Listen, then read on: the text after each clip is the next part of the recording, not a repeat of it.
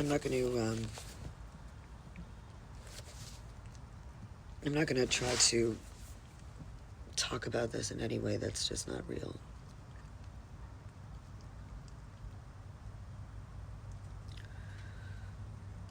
I think I'm going to actually do this on my YouTube channel. But if anyone else is feeling a bit like it's 9/11, I get it. Me too. That speech was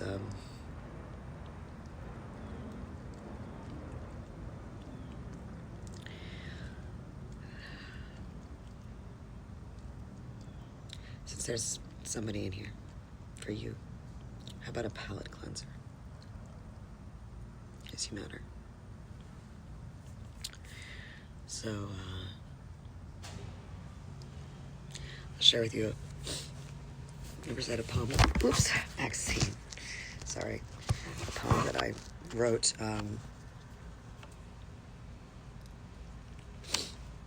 about New York. I've shared it there, so if you happen to see it, feel free to read along otherwise. A letter to the city that forgot how to mourn. There are days when I can still feel it, even from here, where shadows are merely quaint. The dome that once covered downtown, made not of glass or dust, but of memory that refused to burn.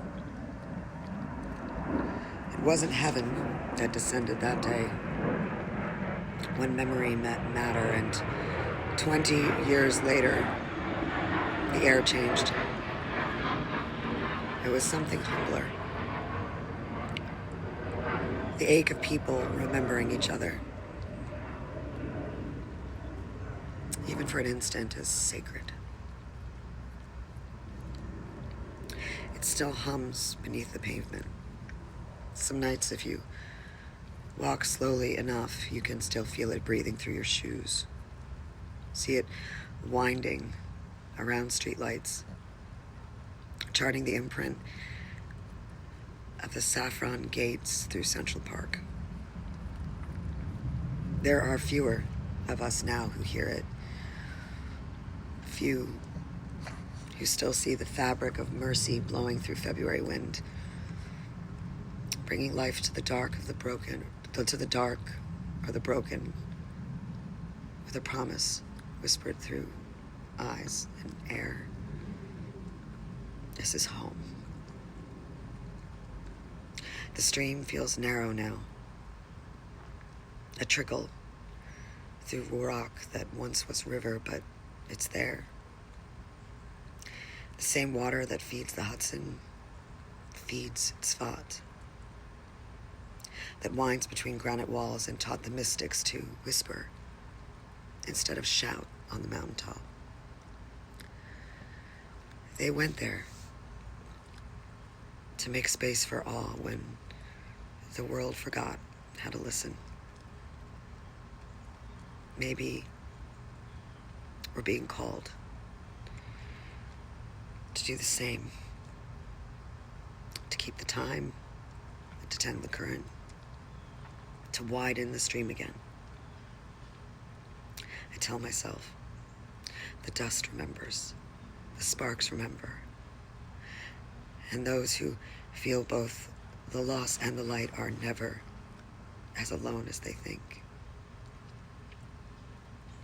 There will be another circle, another stage, a small table, open windows, voices that study instead of prove, candles trembling like they know our names.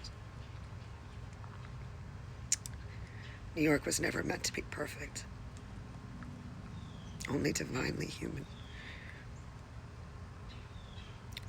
Its beauty was raw, kind, willed, and wanted. A place with a being all its own, still breathing as it meets the sky. It hums. The stream still runs under it all. And maybe words, true words, remembered words, are the way home. Your streets once held grief like a neighbor, not a whisper in the dark. You didn't just mourn what fell, you remembered who still stood. And now, you stand at another crossroads. They repeat the slogans. I tell you, the only choice is safety, progress, glory, revolution.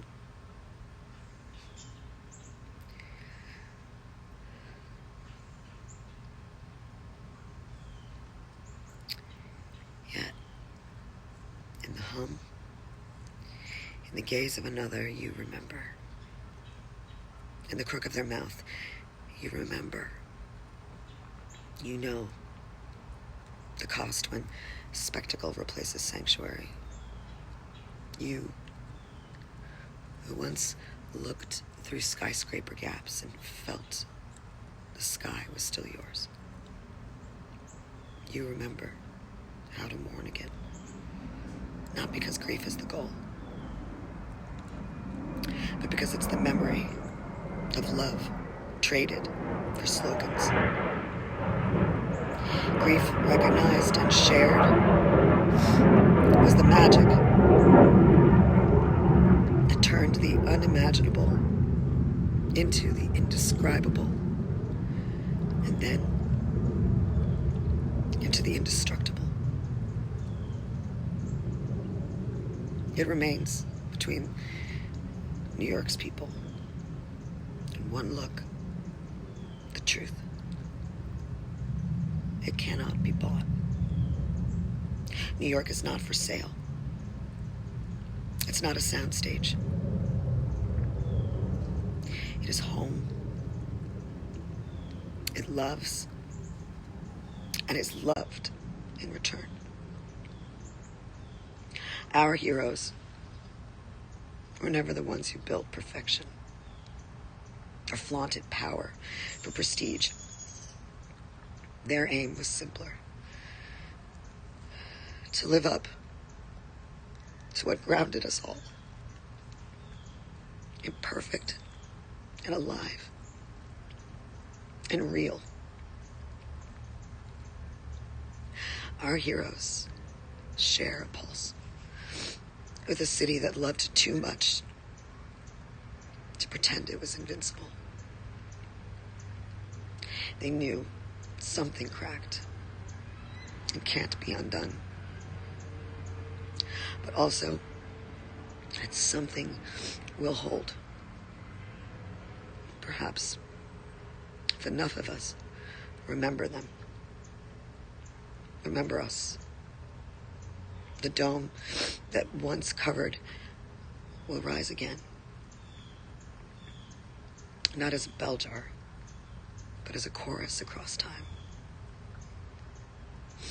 Remembering together what New York magic is. There is power in love through argument. There's power in presence without direction and without decision. And there is power in the imperfect who still choose one another. Yours with love, New York. Artist's note. A letter to the city that forgot how to mourn. This letter was written as both remembrance and repair. It belongs to the Nemezine Protocol, a living archive devoted to restoring memory, discernment, and sacred human relation in an age of ideological performance.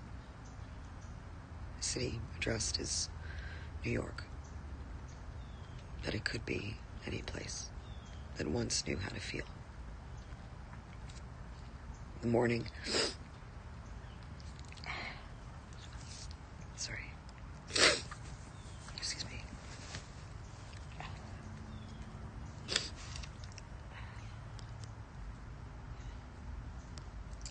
The morning that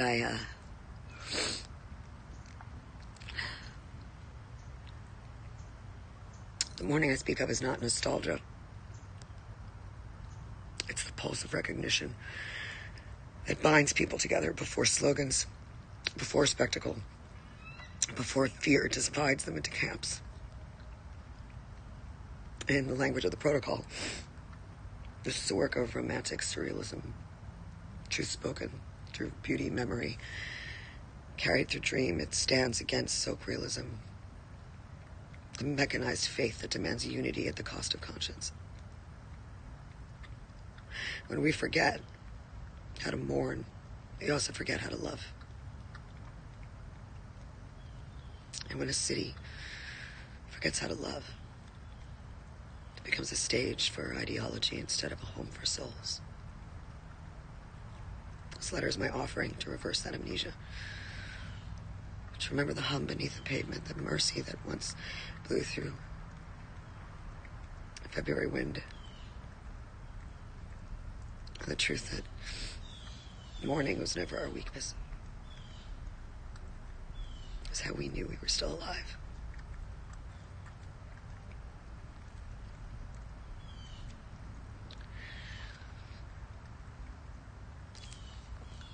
If it gives any comfort, we're not the first. So, London, and it was locked down by King James right after Queen Elizabeth died. And the Globe Theatre became the King's Men. Every single boy in the company was lost 1 year. And there's this point in the sonnets where, you know, if you lay the sonnets over the Psalms, you know, there's 4 extra sonnets. But if you look closely, if you pull out 66 through 69, there's a moment, like, it's like the unthinkable, the undeniable is happening. It aligns precisely with the death of Queen Elizabeth and the lockdown that was terrible. So I want to read those 4 for you.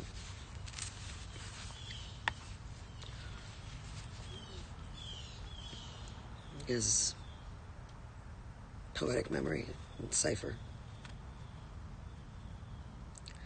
He says, tired, with all these for restful death I cry, as to behold desert a beggar born, and needy nothing trimmed in jollity, and purest faith unhappily forsworn, and gilded honor shamefully misplaced, and maiden virtue rudely strumpeted, and right perfection wrongfully disgraced, and strength by limping sway disabled, and art made tongue-tied by authority, and folly, doctor-like, controlling skill, and simple truth miscalled simplicity, and captive good, attending captain ill, tired.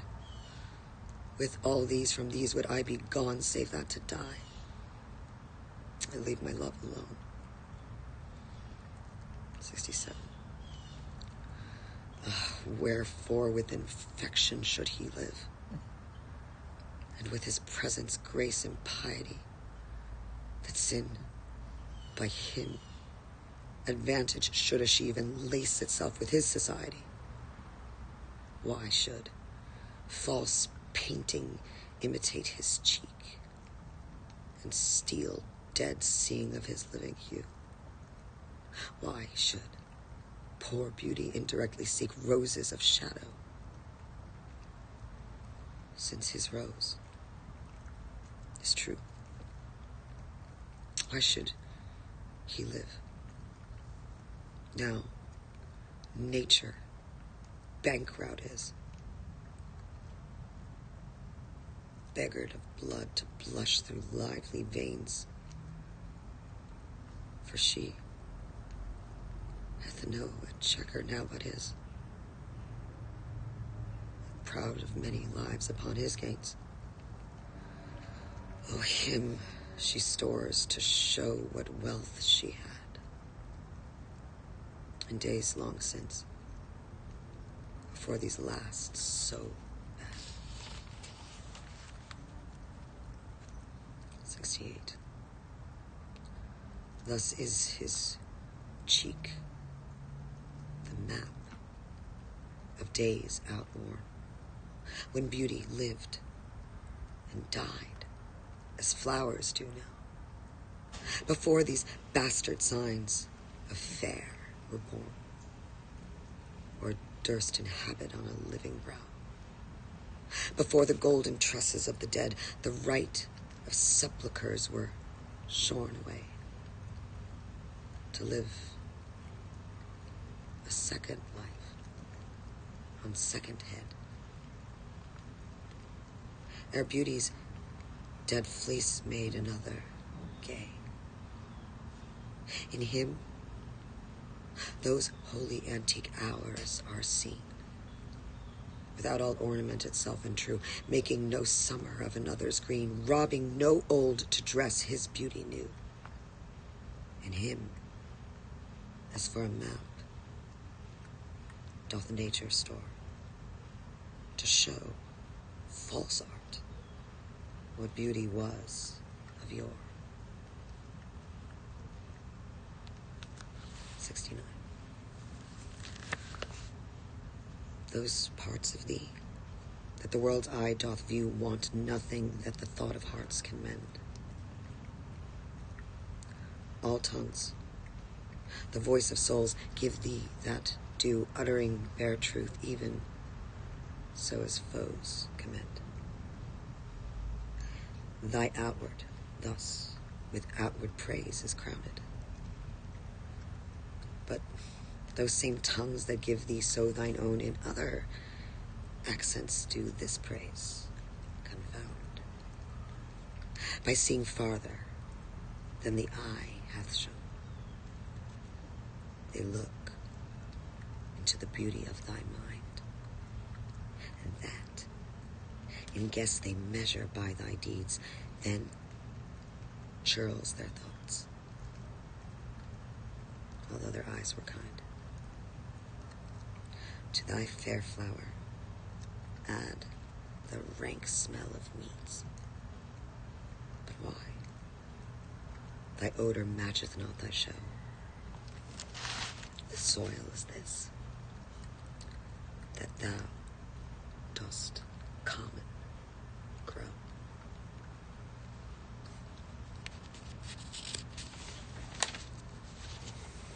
One more. That thou art blamed shall not be thy defect. For slander's mark was ever yet the fair. The ornament of beauty is suspect.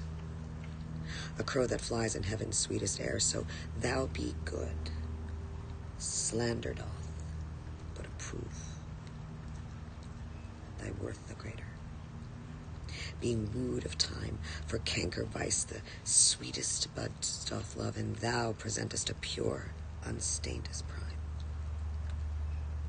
Thou hast passed by the ambush of young days, either not assailed or victor, being charged, yet this thy praise cannot be so thy praise, so tie up envy, evermore enlarged. If some suspect of ill masked not thy show, then thou alone kingdoms of hearts shouldst own. I, New York.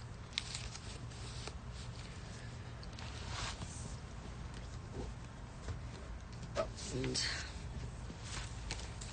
No, a bit more.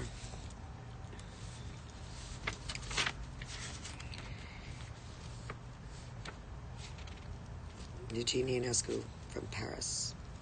This is, here. This is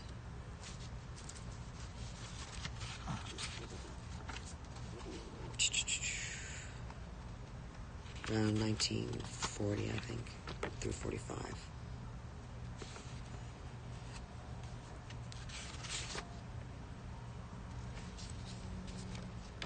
Oh, 1967. 1967. Friendship between men has long since disappeared. Did it ever exist? When people draw up petitions, when they demonstrate for the poor children in Vietnam, they don't think for a moment about the population of entire villages of Yemenites showered with napalm or burned out by the Egyptians. The misfortunes of the Vietnamese people don't interest them. What interests them is making anti-American propaganda. When people speak of the unfortunate Cubans during the rule of Batista, they don't give a moment's thought to the hundreds of thousands of Cubans who had fled Castro and emigrated. I saw 2 or 3 of them in a plane, my friend M says to me. They're no good to anyone. They don't understand a thing. They must all be all alike. It's only the old people who are fleeing. But people speak of the destruction of the Tibetan state and pity the population that has fled or been massacred. They only talk about it if they detest Mao. Not long ago, there was an international congress on theater. D, who is now a communist after having been a fascist, long ago, of course, said that dramatists were not doing their duty because they weren't writing plays about famine in India.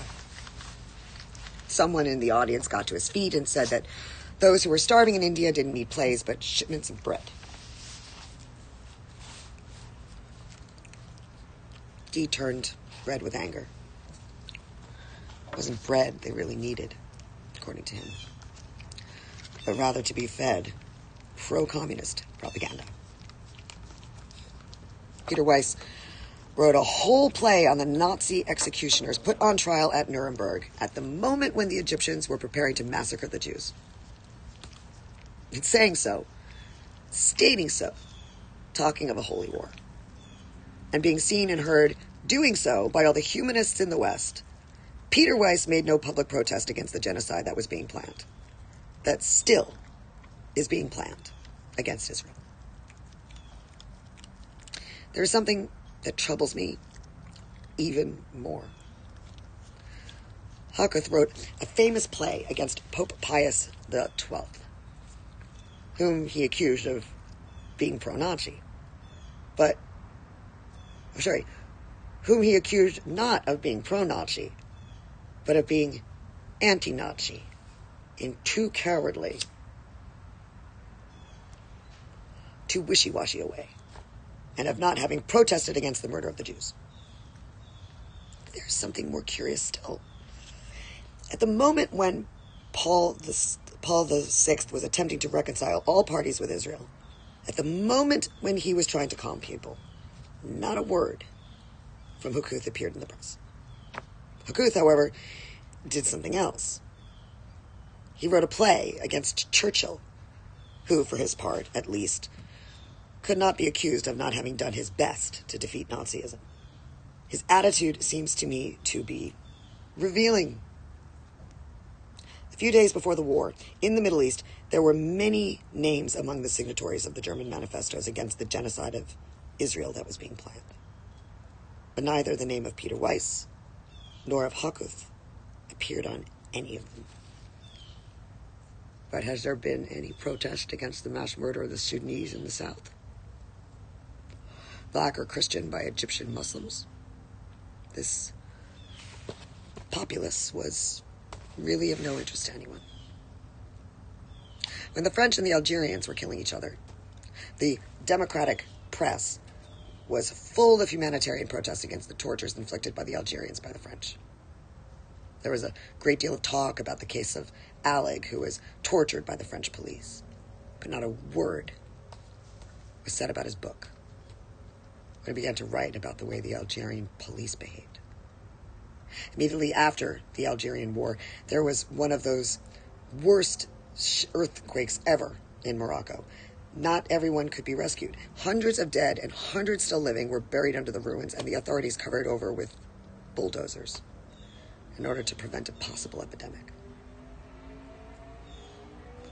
No one has said anything about these innocent dead. What was there to say? Since the Algerian War was over. On the cover of L'Express was a photograph of Zazie. Up yours, she was saying. Yes, up yours. To all the corpses that are of no interest to me politically. What can I do? But if, on the other hand, someone sees a cat run over in the street, or if the police stop you from overfeeding the pigeons that spread some disease or another, a howl is raised by sensitive souls. When the American astronauts were burned alive in the cabin of their spacecraft, people were not nearly as touched. Of course. Because they were American. As when a Russian astronaut suffered the same fate.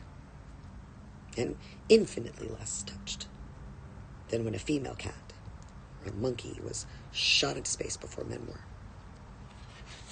On these latter occasions, there were long lines of demonstrations, London in front of the U.S. and Russian embassies. It's just because animals are innocent and good, and men are cruel and wicked. Not at all. Animals are cruel. In fact, they're ferocious. I believe, however, that no animal species hates itself as much as we do. There are facts that people refuse to realize.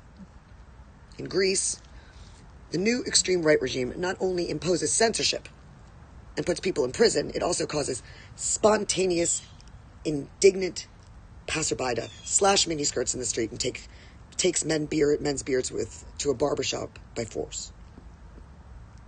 This makes people in the West indignant. In the countries in the Eastern Bloc, spontaneously indignant.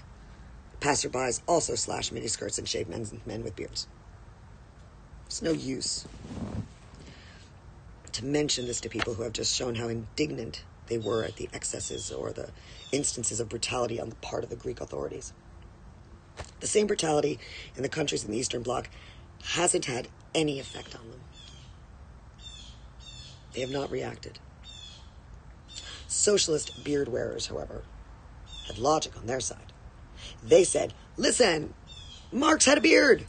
Castro has a beard.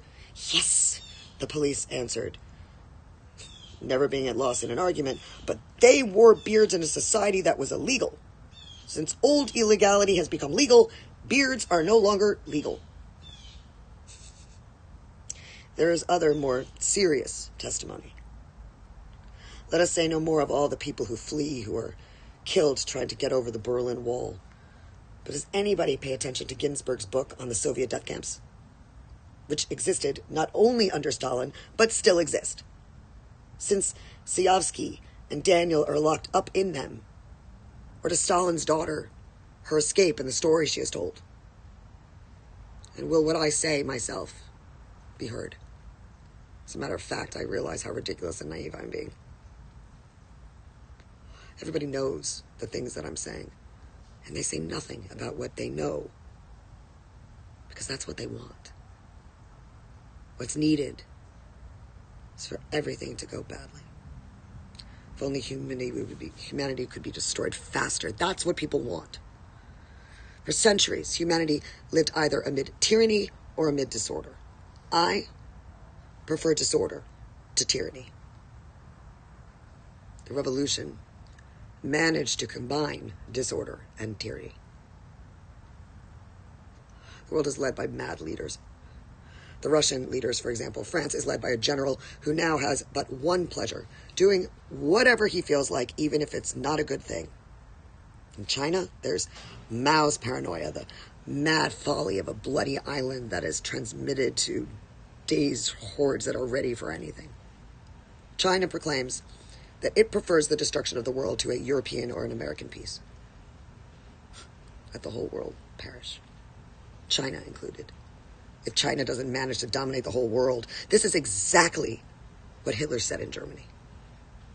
When China is ready to wage atomic war, the attack against humanity will be immediately unleashed.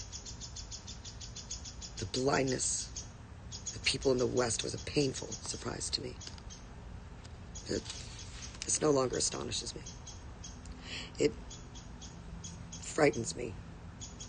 Ever since I have realized, ever since I have been aware that the blindness is deliberate. Sartre is not alone, for example, in his pig-headedness. He reflects the mentality of the petit bourgeois whose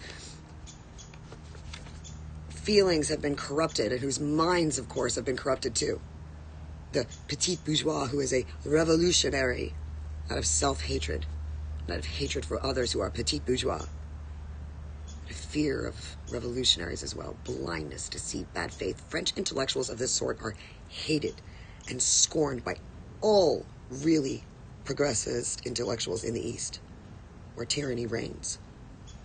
A few months ago, I met an Anglo-Irish journalist, a refined, mediocre, short-sighted man who turned out to have no notion of anything. He spoke to me of the power madness rampant in the world. I thought I'd met somebody who agreed with me. I thought he was going to talk to me about Russia, about Nasser, about the struggle of Arab leaders for power, about Mao. Not at all. He talked to me about the tyranny that reigns in England or in France, of the persecutions in these countries. He didn't even mention Portugal. I have never known any poor communists. I've known many rich communists.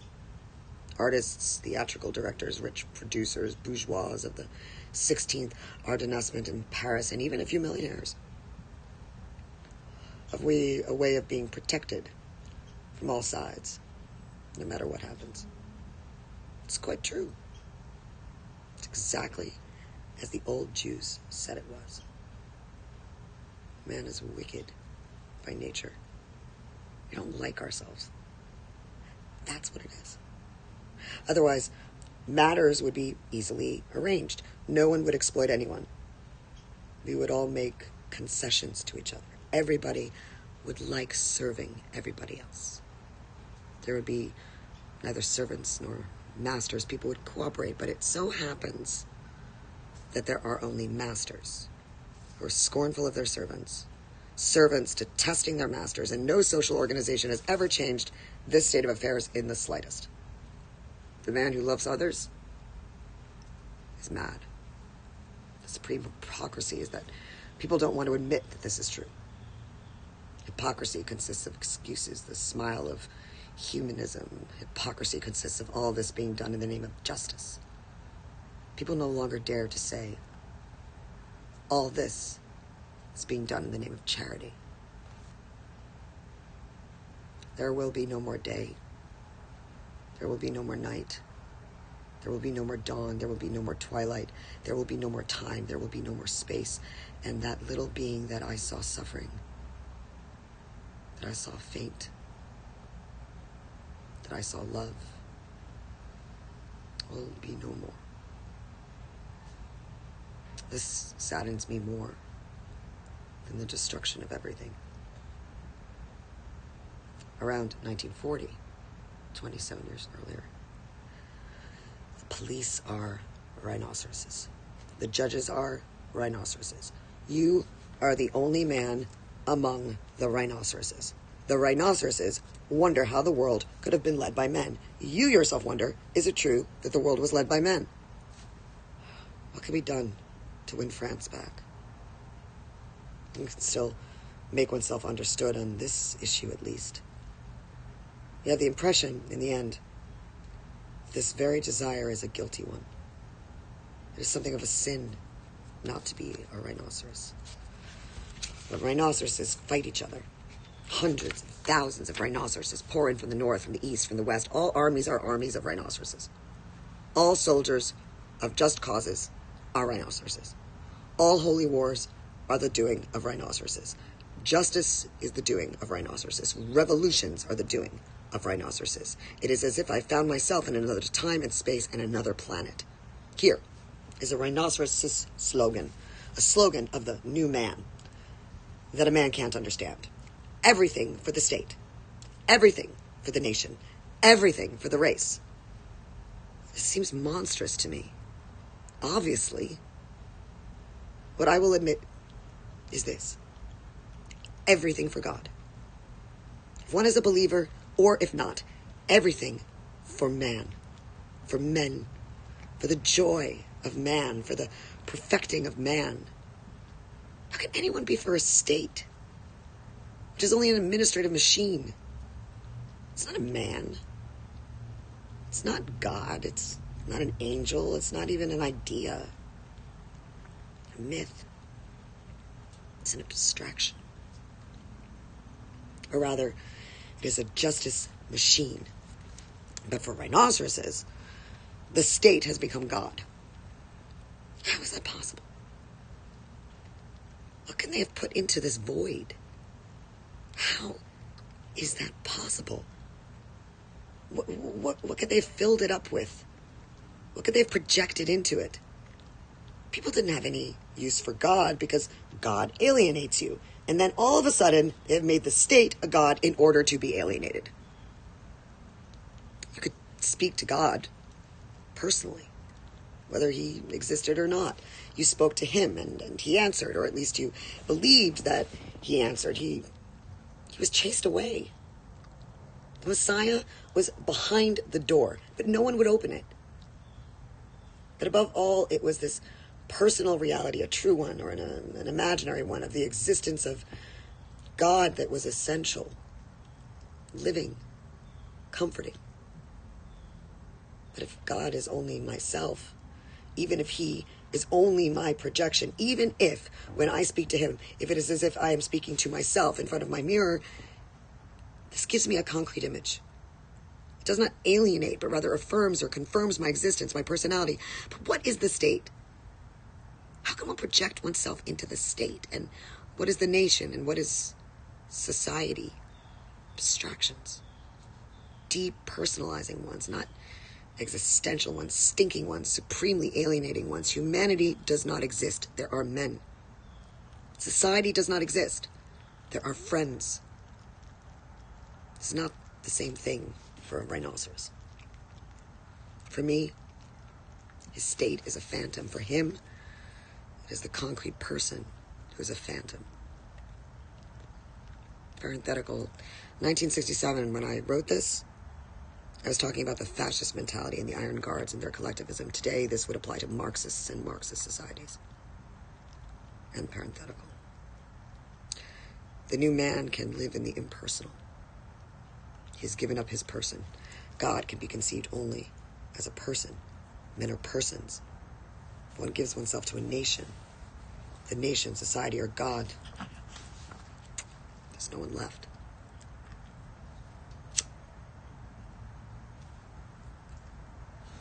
I was chatting with S.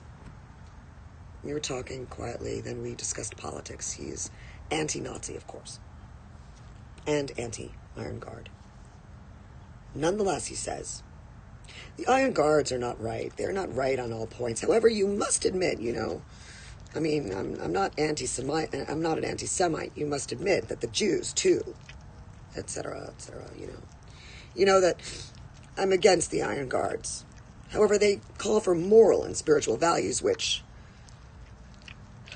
I rise to my feet in terror.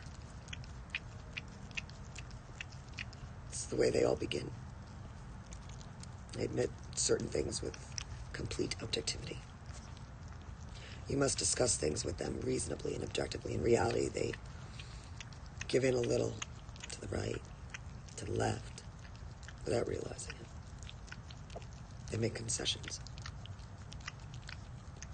They don't realize it. In reality, they stick their fingers in the machinery. They will soon be swallowed up by Moloch. If one admits a single one of their postulates, one ends up admitting them all. It's inevitable. I know what's involved. All my anti-fascist friends have become absolute, fanatic fascists. Because in the beginning, they give in on one little detail. I'm well acquainted with this phenomenon. The incubation period has begun. These are the first symptoms. It takes them between 3 weeks and 2 months to become part of the system. They all begin like that. Sometimes they don't even have to open their mouths for me to realize they've changed. A silence full of meaning, a smile, make me realize that something incredible has happened. They've been caught. Expression on their face changes. There's a certain light in their eyes. They all have an excuse. Purity. But what is there behind this purity? Purity is a hoax. Parenthetical. Today, in 1967, we would say that purity is a myth. And this myth ought to be demystified. I spoke to him. He was still a man. Suddenly, beneath my very eyes, I saw his skin get hard and thickened in a terrifying way. His gloves, his shoes became hoofs. His hands became paws. A horn began to grow out of his forehead. He became ferocious. He attacked furiously. He was no longer intelligent. He could no longer talk. He'd become a rhinoceros. I would like very much to follow his example, but I can't. I cannot live without the presence of beauty. Everything is ugly in this country. Everything seems cheap and common to me. I think of certain hillsides in France, of the city of Paris, of oceans, the beauty of the Tuileries, and then of the mountains, and then the rivers, and then the poplars, and then the cathedrals. When one has been unlucky enough to be born, one should at least have the consolation of living well, of living comfortably. If one lives badly, one has been duped twice over. I am the victim of a bad joke. Who played it? If one is so unfortunate as to be alive, if one is conscious of being alive, one ought at least not to be afraid of death. The most absurd thing is to be conscious of the fact that human existence is unbearable, that the human condition is unbearable, intolerable, and nonetheless cling desperately to it, knowing and complaining that one is going to lose what is unbearable. Like someone who's being hanged, who wants the rope to be cut, and does not want it to be cut, because underneath there is a stake, torn to pieces between the horror of living and the horror of dying. Emma's just married a young girl, a very beautiful, very pure one, it would appear. She cheated on him 3 weeks before the wedding. She told him so. He had noticed that something serious, something mysterious had happened, and she finally confessed. She told him how it had happened. She was simply walking in the street. A man accosted her, and she immediately followed him to a hotel. She experienced pleasure, she said. He's furious, very upset. He's sick over it. He sends her away, takes her back, forgives her, but he does not forget. She has never seen the other man again. But the young husband thinks of this adventure day and night, and he cannot contain his jealousy. He's so jealous that he envies the other man. How lucky he was, he says. He would like to be in the other man's place, to experience the happiness, the joy of being followed by his own wife. But that is not enough. In order for him to bring him even greater joy, someone must suffer for it. Someone else must be mortally jealous, stealing his wife from someone. It's his fondest dream. It is very simple. The world must be led by those interested in leading it. Who deserves to lead the world? Those who it interests. Those who want to bother with it. Let them conquer the world. This doesn't interest me. How much longer is this all going to last? The last day of the year, 1941. Last year, on the night of the 31st of December, I made an appointment with myself on this day and on this night. I hoped that everything would be over. I promised to meet myself next year. I hope that we will still be alive. Last year I hoped that I would be able to leave the country again, and now have the impression that I am completely paralyzed. I cannot move a muscle. But I'll soon be myself again. I have sources of energy, I have endless willpower, and I'm extremely stubborn. I will do anything to get out of this country. I give myself an appointment for next year. I will no longer be here. Third tale for children less than 3 years old. One morning, little Gisette knocks on the door of her parents' bedroom to wake them up, and as she had the day before, and as she has had every morning, her mama was already awake. She was up out of bed and already taking her bath. She had gone to bed early and had slept well. Her daddy was still sleeping because he had gone to a restaurant, and then to the movies, and then back to the restaurant, and then to a puppet show, and then back to the restaurant all alone. And now he wanted to sleep because he said it was Sunday. And because on Sundays, daddies don't have to go to work and don't have to go get to the car and go to the country either, because it's winter and there is ice all over the roads. There's ice on the roads. The radio said so. But there's no ice in Paris. Paris is quite a nice day. There are a few clouds above the houses, but there's also blue sky above and trees on the avenue. Gisette walks along next to her daddy. She tickles his nose. Daddy makes a face and she kisses him. Daddy thinks it's a little dog. It's not a little dog. It's his little girl.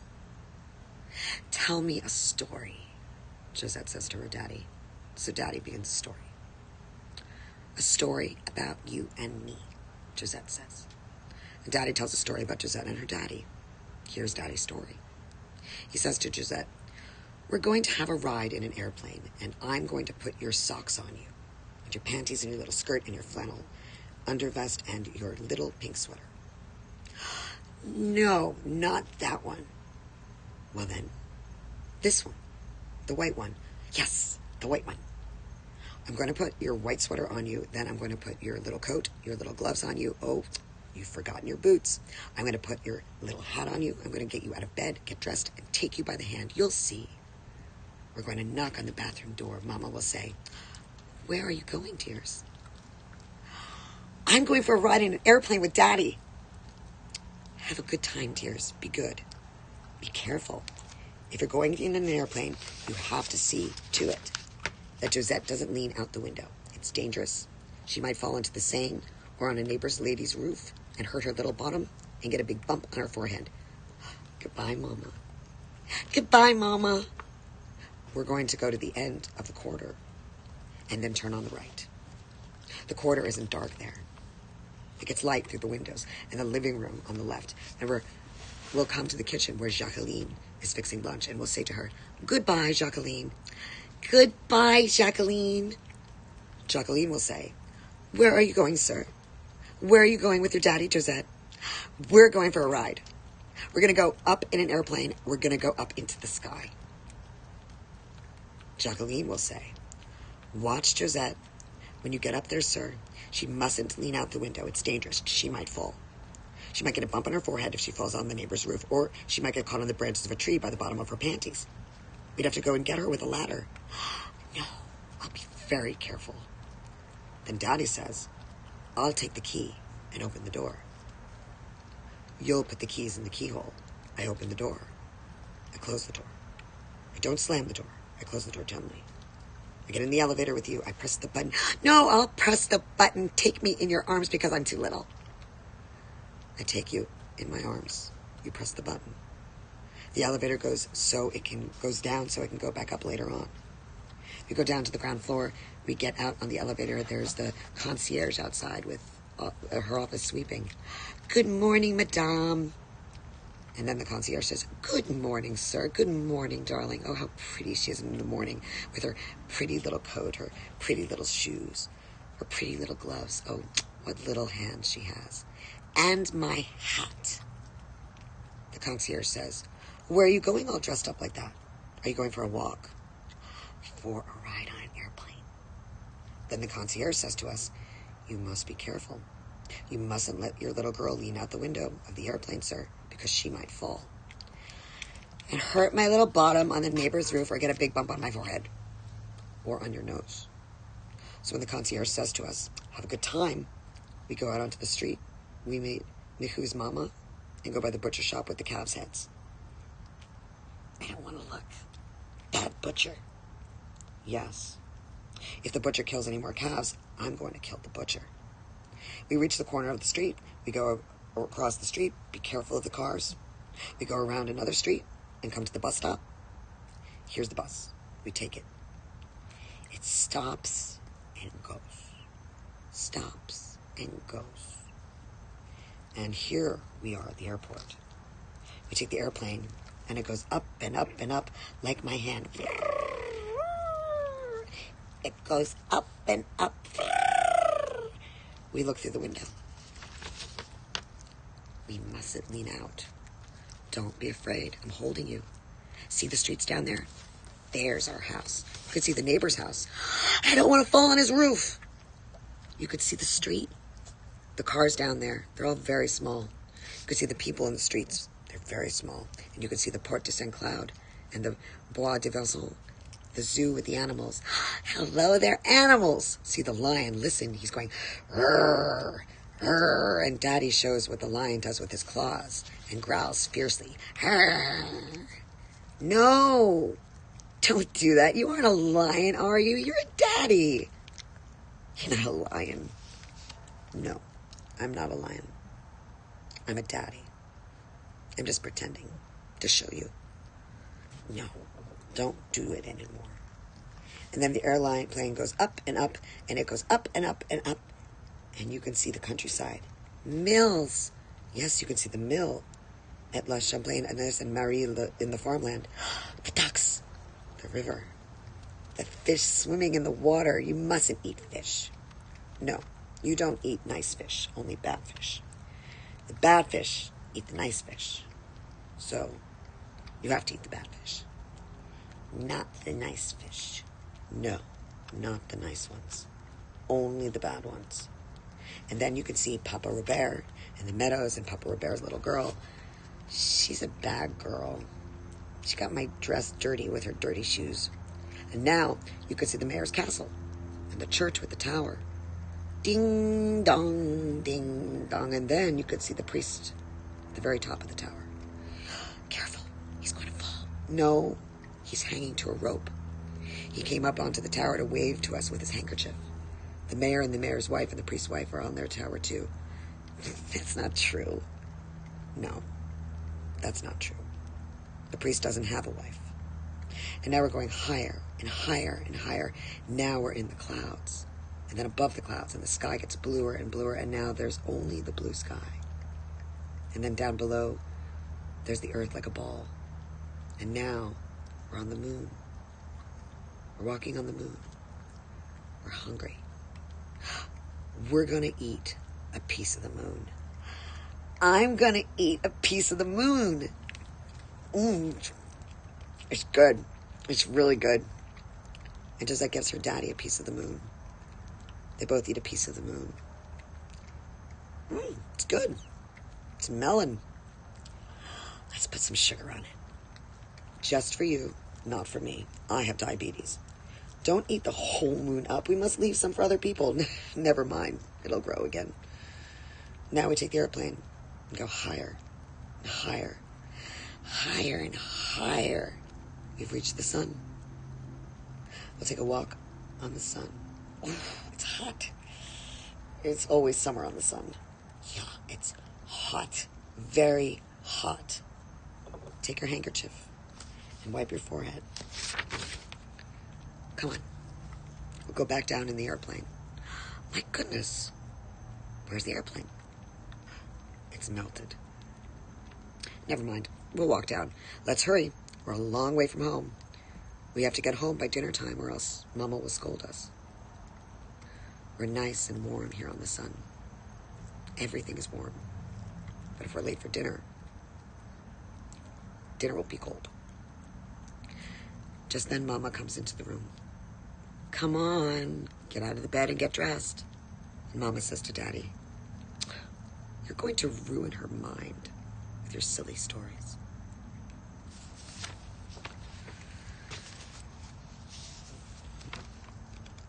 So, Eugene Ionescu was an absurdist playwright and friend of Václav Havel's. And he was born in Romania, educated in Paris, and then had to flee to Romania during the war. And this was a reading from his journals, present, past, past, present. So, all these were before he actually published one of his first plays. He's most well known for the play Rhinoceros, Bald Soprano, and Exit the King, and a fierce rivalry with Sartre. And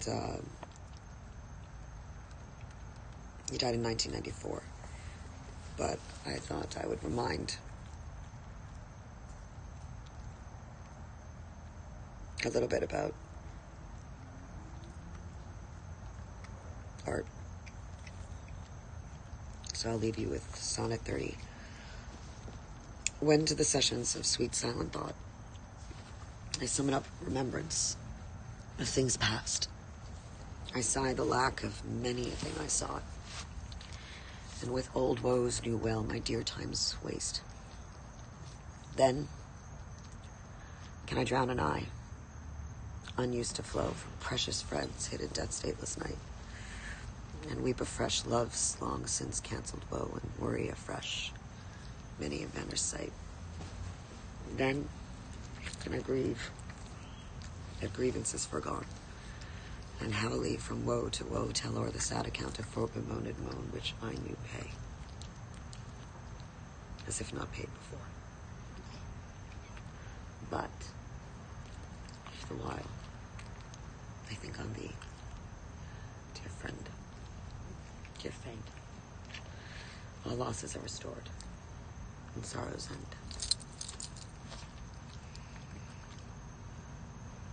What if our friend isn't a person? At that moment, right before inspiration fills the void. Or meet somebody and they see you. Or something warm just happens.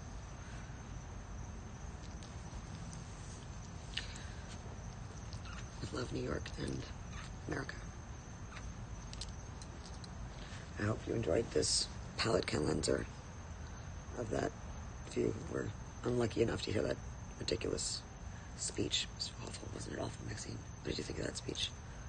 Yeah? What do you think? What do you have to say? Yeah, it was pretty bad. It's up to you, New York.